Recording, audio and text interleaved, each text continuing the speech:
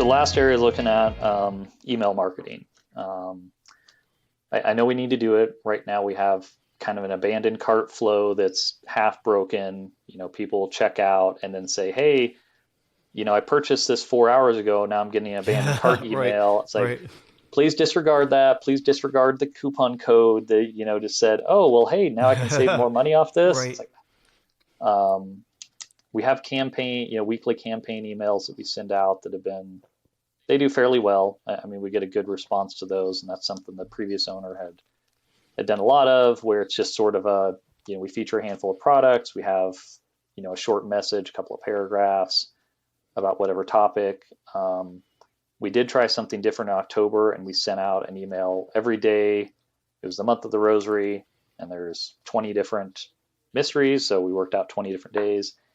And I can't tell exactly if that was it, but October was up 50% year over year. Probably had a lot to do And with I strongly suspect that having an email hit people's inboxes Monday through Friday, every day for a month, even if they didn't click through the email, just brought them top of mind where maybe they were searching or did something. Because August and September were flat year over year, and then we had this huge jump in October, which is typically one of our slowest years, our slowest months, and it beat last December.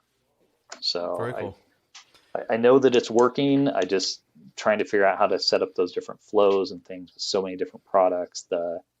Hey, you bought product A, buy product B. It's a lot harder when you're just dealing with this scale Yeah. of different things. So my recommendation would be to either A, just turn off the abandoned cart stuff right now to stop embarrassing yourself, because you don't want.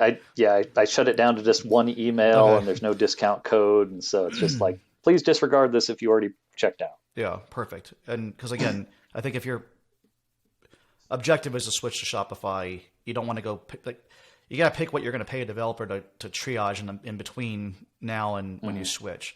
Once you switch, Klaviyo interface with Shopify is completely seamless. I mean, it works wonderfully. So then you can set up your abandoned cart flows and your welcome series and all that. I would continue to send the weekly campaign emails if they're working and you're getting good open rates and interaction. Yeah, we're Absolutely keep about sending that. 25% open rate. So And that's great. Yeah, so I would keep doing that. Don't stop doing that. And once you switch to Shopify, and again, the integration's tight, you can go through, and maybe this is even something that you can have someone in the Philippines team do eventually, where you start looking at data of like people that bought this but they didn't buy that. I had a whole podcast episode about this some point, probably in the first 100 episodes when we figured this out for color. We're like, oh, you bought Mandala's version 1. A couple of weeks later, like, here's version 2. You bought yeah, colored pencils. Like, well, you're very likely to want gel pens or markers because they're mediums, the color width. And so, my gosh, did this work really well. And you can interface that as a custom audience over to Facebook and run very specific Facebook ads. This stuff works incredibly well, but I would hold off on that until you have your Shopify store up and running.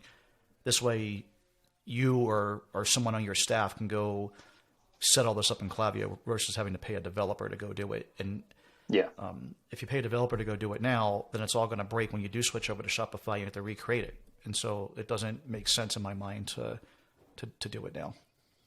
okay, yeah. I mean, we do have a welcome flow that is okay. That was one of those things like, oh, we're going to update this and put it in our voice and everything, but it's just been one of those things that is that really where I want to spend my time? It seems to still be working all right. We do have one or two post-purchase for some specific products that, hey, you bought this. We have this nice upsell private label product that does seem to be working pretty well. But all this segmentation, all the different things I want to do,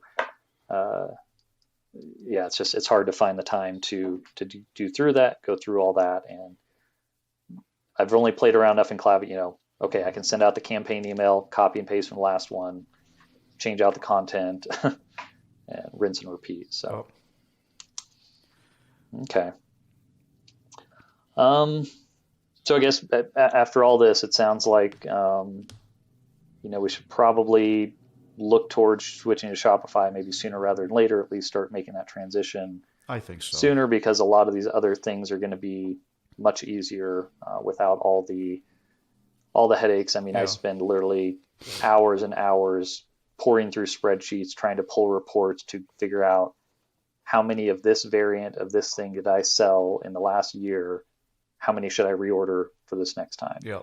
And so either And do Shopify that will for help you thousands with of that products. directly, or you can get software that interfaces with Shopify that will help you with that. And Yes. they're the 800-pound gorilla. Everyone's writing apps for Shopify, like, Mm-hmm. and so everything exists there first, and then it expands. So while it might not give you the absolute best bang for your buck today in terms of like, is it going to increase revenue or revolutionize your business overnight? Probably not. But again, it lays that foundation to let you go to that next place. Okay. And the developer you talked about, they can handle all the, okay, Google is indexing this URL for this product. This is what they had. Now in Shopify, it's going to be a completely different URL structure, and it's still going to carry over. Yeah, And it's called a 301 redirect, and they'll probably ask you to help them with that. Like they're not going to, you're going to have to like map that all out for them, which is okay. exactly how we did it. Like it's like, okay, this is the old page, this is going to be the new page. So you're going to have your Shopify store created with all of the stuff over there first. Now you have your old site, and you're going to say, okay, well, if someone's going to go through, it's a big task, especially for this many We have products. 15,000 pages Yeah, indexed. I mean, someone's going to go through one at a time and Yeah. map that out. Again, this is where you hire someone in the Philippines to do it. Like they did it for me. Like I showed them what to do, the first 10 of them, and then they went and did all the other 900 and something pages. But every one of them has to be mapped somewhere. Otherwise, you will break all of your SEO. Some of that, like you might go from 15,000 pages to 13,000 pages. 2,000 pages disappear. You got to like have a place to send them. You got to pick a way you're going to handle that. So they're going to need your help with that, but they'll walk you through how to deal with that.